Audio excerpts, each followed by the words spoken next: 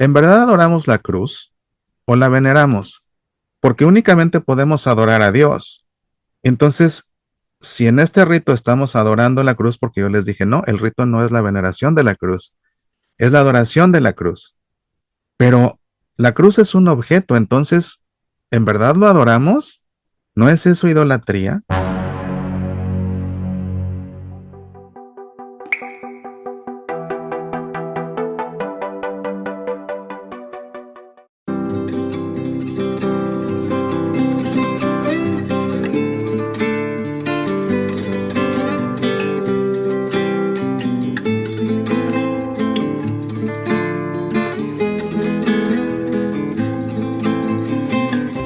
Celebramos la pasión venerada con el rito de la adoración de la Santa Cruz. La Santa Cruz, hay diferentes formas de adorarla. La más tradicional es esta. La cruz cubierta, que ha estado cubierta ya, y de hecho es una cruz. Fíjense que realmente lo óptimo es una cruz, no un crucifijo. Es el rito de la adoración de la Santa Cruz, no del Santo Crucifijo.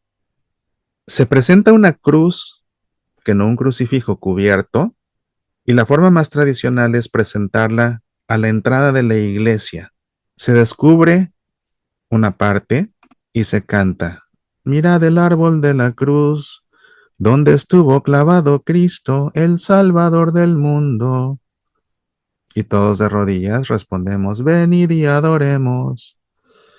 Pero si se fijan, lo que dice aquí es: mirad el árbol de la cruz, donde estuvo, en pretérito, no donde está clavado Cristo. Si fuera donde está, sería un crucifijo. Si es donde estuvo, ya no es crucifijo. Es la cruz en la que estuvo clavado, pero ya no está. La segunda vez se avanza por el centro, hasta el centro de la iglesia, y se repite lo mismo y se descubre la segunda parte. La tercera vez se lleva hasta el altar y se descubre por completo y se repite la adoración. 3 veces. Otra forma es desde el altar irla descubriendo 3 veces y hacer la adoración 3 veces. ¿Por qué es que la cruz se adora 3 veces? ¿Por qué no una? ¿Por qué tres? Porque tres es el número que simboliza la perfección. Entonces adoramos la cruz 3 veces porque la estamos adorando perfectamente. Y se adora a la entrada de la iglesia, a la mitad de la iglesia y en el altar de la iglesia, porque es toda la iglesia que está adorando la cruz y la está adorando perfectamente 3 veces. ¿En verdad adoramos la cruz o la veneramos? Porque únicamente podemos adorar a Dios. Entonces, si en este rito estamos adorando la cruz, porque yo les dije, no, el rito no es la veneración de la cruz, es la adoración de la cruz. Y a los que viven en Estados Unidos, por eso les dije, cuando se pasó de la segunda edición del misal romano en inglés a la tercera, se corrigieron muchísimas cosas. Y una de las cosas que se corrigió fue precisamente esta. Antes decía Veneration of the Cross, ahora sí dice Adoration of the Cross, porque es un rito de adoración. Pero la cruz es un objeto, entonces, ¿en verdad lo adoramos? ¿No es eso idolatría? Bueno, lo que pasa es que nos hemos quedado sin Cristo. No hay Cristo, porque está muerto. El sagrario está vacío. En el sagrario es donde está presente, en la reserva eucarística. No está. Y no está porque se murió. Entonces no lo podemos adorar porque se murió. Y en medio de todo este vacío, si vemos alrededor y es por lo que se cubren los santos, no hay nada. No hay un solo indicio de la gracia de Dios, nada, nada. Entonces lo único que nos queda es la cruz. Y por eso es que es una cruz y no un crucifijo. Lo único que nos queda es una cruz. Pero ante el misterio de lo que estamos celebrando, ¿cómo no caer de rodillas y adorar? Pero lo único que nos queda es una cruz. Y después de haber escuchado la forma como Jesús murió en la liturgia de la palabra, nuestro corazón tiene la necesidad imperiosa de caer de rodillas y adorarlo. Pero Él ya no está. Lo único que nos queda es su cruz. De manera que entonces, a través de la cruz, que es lo único que nos queda, adoramos a Cristo, que se inmola crucificado por nuestra salvación. A ese Cristo que murió y que ya no está, lo adoramos a través de lo único que nos queda de Él, que es su cruz. Y cuando entendemos esa cruz, para entender la cruz hay que entender la crucifixión. La forma como se llevaba a cabo la crucifixión no es como suele estar representada en los cuadros y en las películas y en los viacrucis, en las estaciones de los viacrucis. La cruz no se llevaba una cruz completa encima de un hombro arrastrándola. Eso era muy impráctico.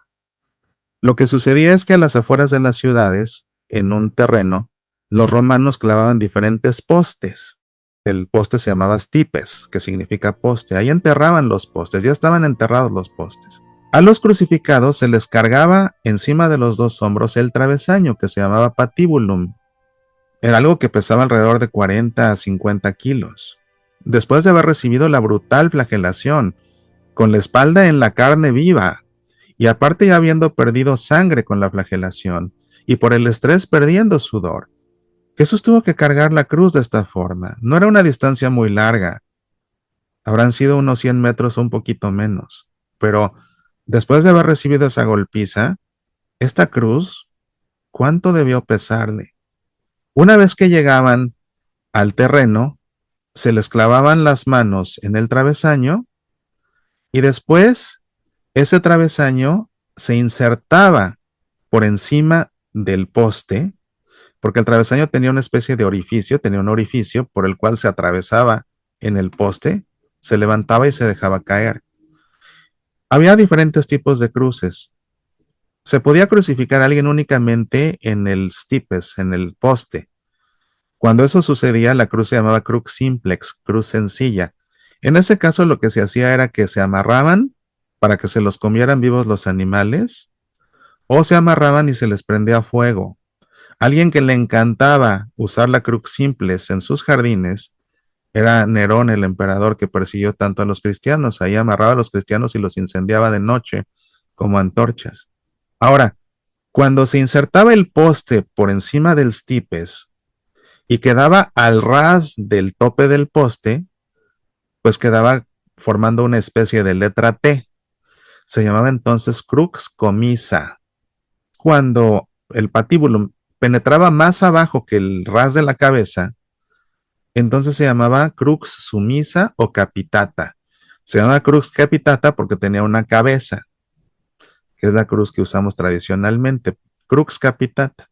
Otro tipo de cruz era la crux decusata, que tenía forma de X, eran dos postes en forma de X, se llama crux decusata. Y se conoce como cruz de San Andrés, porque a San Andrés, el hermano de Simón, de Pedro, él fue crucificado en una cruz como estas.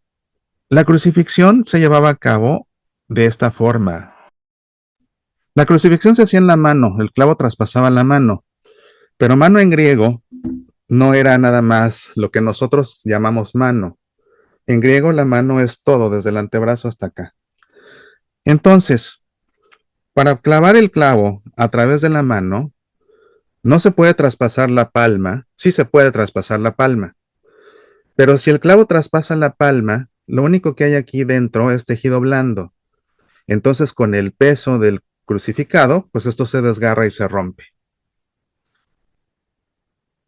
Lo que pasa es que cuando se empezaron a pintar las cruces, fue siglos después de que las crucifixiones se practicaran. Entonces los pintores en realidad no habían visto cómo se llevaban a cabo las crucifixiones, ni tenían manera de investigarlo. Y pues ellos las representaban así, con el clavo traspasando la mano, lo que entendían por mano. Pero que otra vez esto no funciona. La forma como se crucificaba, y esto se corrobora con la sábana santa, era traspasando el clavo por la muñeca. Aquí hay un orificio entre los huesos. y por aquí traspasaba el clavo. Imagínense el dolor. Si ustedes simplemente con la pluma con la que están tomando nota se pican aquí, van a empezar a percibir el dolor. Ahora imagínense traspasar todo hasta el otro lado. Aquí dentro pasa un nervio, el nervio medial. A la hora que el metal toca ese nervio, es como cuando uno está mal y va al dentista y el dentista con su instrumento metálico toca el nervio y se siente un toque eléctrico en toda la mandíbula.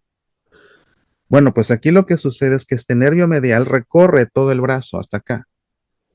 Entonces, se siente de inmediato un toque eléctrico que recorre todo el antebrazo y ese toque eléctrico y el hecho de que el clavo traspase aquí, vean mi mano cómo se hace. A la hora que hago presión, la mano se hace hacia abajo.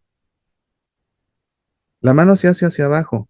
Viene una contractura, pero al mismo tiempo, este toque eléctrico contrae todavía más los músculos.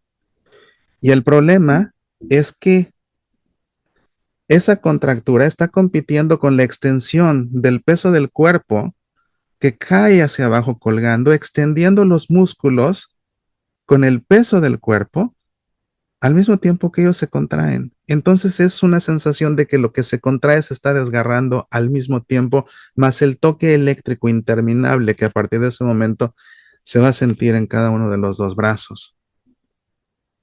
Después de que se colocaba por encima el poste, el patíbulum, y ya quedaba insertado al poste, entonces se crucificaba, se clavaban los pies sobre el madero, causando más dolor. Hasta que el crucificado, las bases en las que descansan los crucificados en los cuadros, como si fuera un escalón inclinado, eso no existía. Eso lo pusieron los pintores por una razón. Realmente el crucificado acababa con los pies directamente sobre el madero, pero eso estéticamente se ve muy grotesco. Entonces, para poder representar una crucifixión estética, inventaron ese escaloncito para que el cuerpo quede en una posición estética, que no se vea fea. Pero no existía ese escaloncito. Ellos realmente quedaban clavados directo al madero. Y además, la crucifixión no solamente tenía el propósito de matar, tenía también el propósito de dejar en vergüenza al condenado, y por esa razón los crucificados eran crucificados enteramente desnudos. Nosotros le ponemos un lienzo a Jesús por pudor y por respeto, pero los crucificados eran crucificados totalmente desnudos. Cuando se crucificaba una mujer tenían un poco más de pudor y a las mujeres las crucificaban mirando hacia el poste para cubrir algo un poco aunque fuera. Pero en el caso de los hombres quedaban crucificados de frente a los demás. Y a partir de entonces, el proceso de la crucifixión se convertía en una agonía en que el crucificado al estar colgado, como se aprecia en la imagen izquierda, al tener los brazos en esta posición, poco a poco empieza a no poder respirar más. Se le va el aire y se empieza a ahogar. La única manera de volver a tomar aire es con los pies clavados en el madero y el dolor que eso implica impulsarse hacia arriba, con la espalda que está hecha pedazos, que está en carne viva, frotando esa madera, impulsarse hacia arriba y una vez arriba, tomar aire hasta que el dolor en las piernas es tal que ya no se aguanta y otra vez para abajo, a quedar colgados con el dolor de los brazos que se contraen los músculos pero que el peso extiende y otra vez a no poder respirar. Hasta que una vez más con los pies clavados se impulsaban hacia arriba para poder volver a respirar un poco. ¿Alguien de los que hacen deporte alguna vez ha hecho ese ejercicio en el que uno se recarga en la pared y dobla las piernas como si estuviera sentado en una silla, pero no hay silla, queda uno flotando, pero recargado en la pared para ejercitar los músculos de los muslos? ¿Y cómo empiezan a quemar hasta que ya no se aguanta? Imagínense al crucificado cuando estaba sosteniéndose en esos clavos haciendo ese esfuerzo. Algo así sentía en las piernas hasta que lo vencía y caía abajo, otra vez a quedar colgado y a empezar a sentir la asfixia. Y así pasaban horas, algunos días incluso. Últimamente, los crucificados morían de asfixia. Llegaba un momento en que ya no tenían fuerza para impulsarse hacia arriba y al no poder respirar, se asfixiaban y morían de asfixia.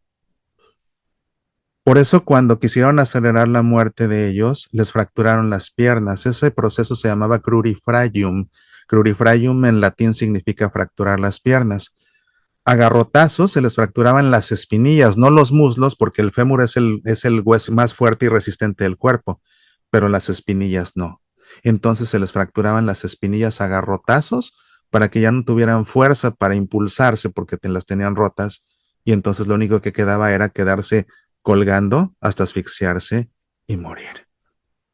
Esa es la forma como murió nuestro Señor por nosotros.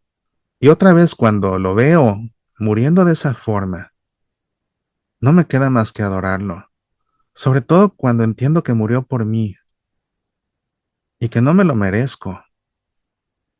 Es una liturgia impactante que de hecho parte de este momento me tiene que llevar a darme cuenta de que en verdad no me lo merezco. Y es la razón por la que al adorar la cruz se escuchan los improperios. El Jesús que muere por nosotros nos lo reprocha. Pueblo mío, ¿qué te he hecho? ¿En qué cosa te he ofendido? Respóndeme. Yo te saqué de Egipto. Tú preparaste una cruz para tu Salvador. Pueblo mío, ¿qué te he hecho? ¿En qué cosa te he ofendido? Respóndeme. Yo por ti azoté a Egipto y a sus primogénitos. Tú me entregaste para que me azotaran. Pueblo mío, ¿qué te he hecho? ¿En qué cosa te he ofendido? Respóndeme. Yo te di a beber el agua salvadora que brotó de la peña. Tú me diste a beber hiel y vinagre. Pueblo mío, ¿qué te he hecho? ¿En qué cosa te he ofendido? Respóndeme. Yo te di un cetro real. Tú me diste una corona de espinas. Pueblo mío, ¿qué te he hecho? ¿En qué cosa te he ofendido?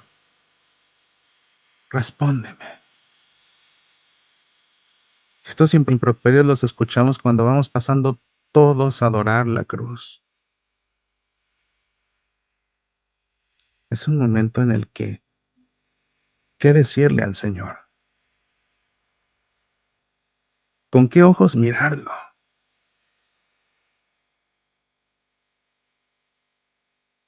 Pero al mismo tiempo, ¿cómo no quedarnos anonadados ante esa cruz? Porque con todo, Él se entregó porque nos ama. Aunque no lo merezcamos, su amor es tal que se entregó por nosotros. Y tal vez alguien llegue a pensar es que no es una locura que el Hijo de Dios haga eso por sus criaturas. Pero es que saben una cosa, el que está enamorado es capaz de hacer las peores de las locuras por amor.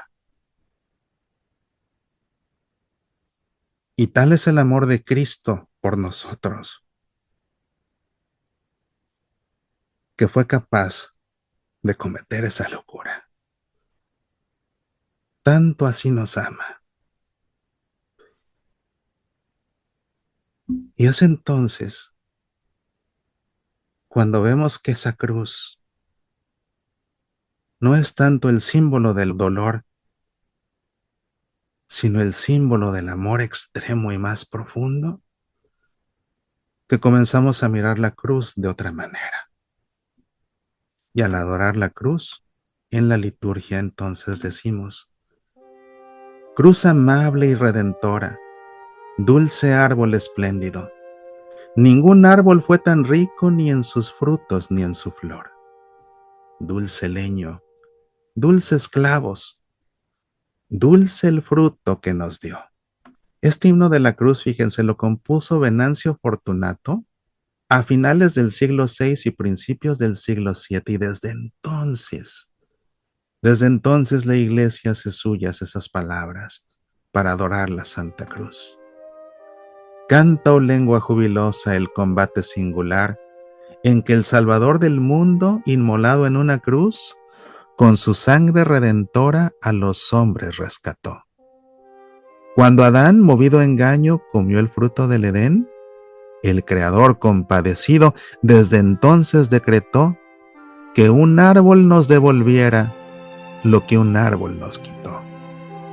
Árbol santo, cruz excelsa, tu dureza blanda ya, que tus ramas se dobleguen al morir el Redentor, y en su tronco suavizado lo sostenga la piedad. Cruz amable y redentora, dulce árbol espléndido, ningún árbol fue tan rico, ni en sus frutos ni en su flor. Dulce leño, dulces clavos, dulce el fruto que nos dio.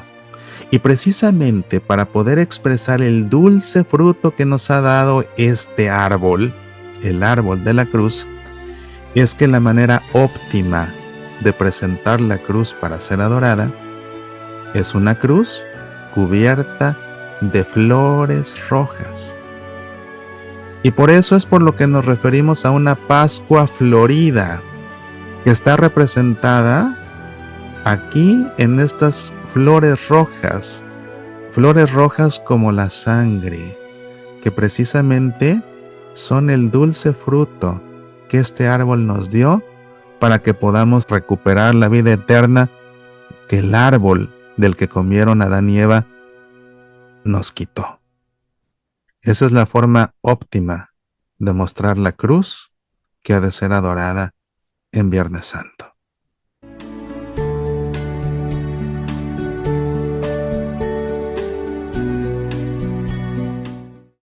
La vida de una familia a veces parece cargar no una, sino muchas cruces y muy pesadas. Aprende a dar sentido a las cruces que carga tu familia con el libro Nuestra familia al pie de la cruz de tu amigo Mauricio Pérez.